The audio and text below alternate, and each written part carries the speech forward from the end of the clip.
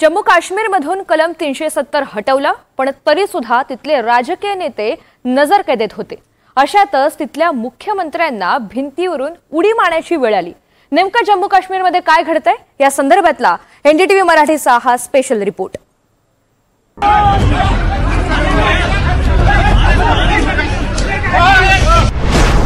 जम्मू काश्मीरमध्ये पुन्हा नेते नजरकैदेत।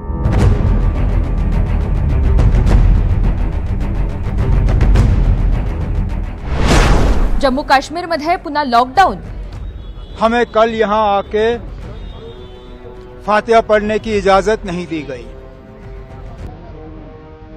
सबको सुबह सवेरे ही अपने घरों में बंद रखा गया।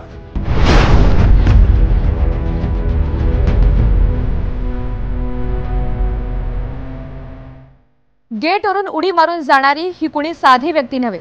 हे आहेत जम्मू काश्मीरचे मुख्यमंत्री ओमर अब्दुल्ला। फतिहा वाचवण्यासाठी त्यांना जम्मू काश्मीर पोलिसांनी अडवलं। सुरक्षा रक्षकांचं कड भेदून थेट ओमर अब्दुल्ला यांनी गेटवरून उडी मारली।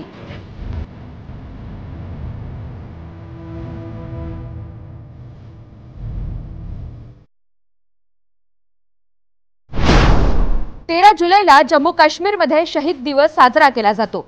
सगळ्या नेत्यांकडून या दिवशी शहीदांचं स्मारक असलेल्या ठिकाणी फतिहाचं पठण केलं जातं। जम्मू काश्मीरचे उपराज्यपाल मनोज सिन्हा यांनी शहीद दिवस साजरा करण्यावर निर्बंध टाकलेली होती। 13 जुलैला जम्मू काश्मीरमध्ये शहीद दिवस साजरा केला जातो। 2020 साली उपराज्यपालांनी सरकारी सुट्ट्यांमधूनही शहीद दिवस हटवला होता। सीआरपी का बंकर सामने लगाया, जेएनके पुलिस का रक्षक, और फिर हाथापाई करने की कोशिश की। ये पुलिस वाले जो वर्दी पहनते हैं कभी कभी कानून भूल जाते हैं। मैं इनसे पूछना चाहता हूं किस कानून के तहत इन्होंने आज हमें रोकने की कोशिश की। अगर रुकावट थी तो कल के लिए थी।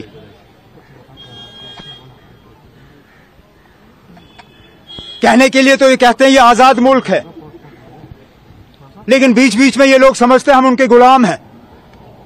हम किसी के गुलाम नहीं हैं। फक्त ओमर अब्दुल्लाच नव्हे तर पीडीपीच्या नेत्या मेहबूबा मुफ्ती यांना देखील नजरकैदेत ठेवल्याचा आरोप आहे। मेहबूबा मुफ्तींसह ओमर अब्दुल्ला सरकारचं अख्खं मंत्रिमंडळ आणि आमदार नजरकैदेत होते। मेहबूबा मुफ्ती यांनी यावरूनच मोदींवर निशाणा साधलाय।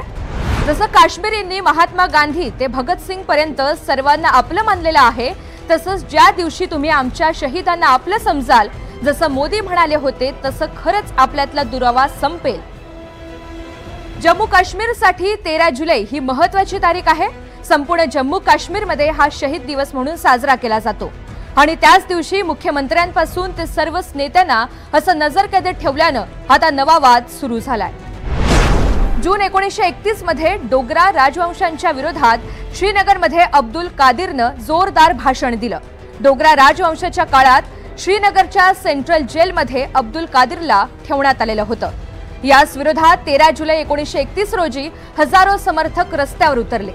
जमलेले आंदोलक आक्रमक झाले आणि आंदोलकांवर गोळीबार सुरू झाला। या गोळीबारात 22 जणांचा मृत्यू झाला होता।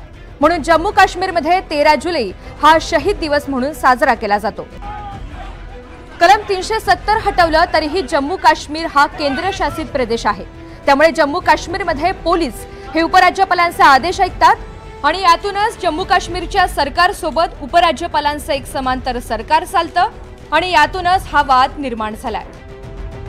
Bureau report, NDTV Marathi.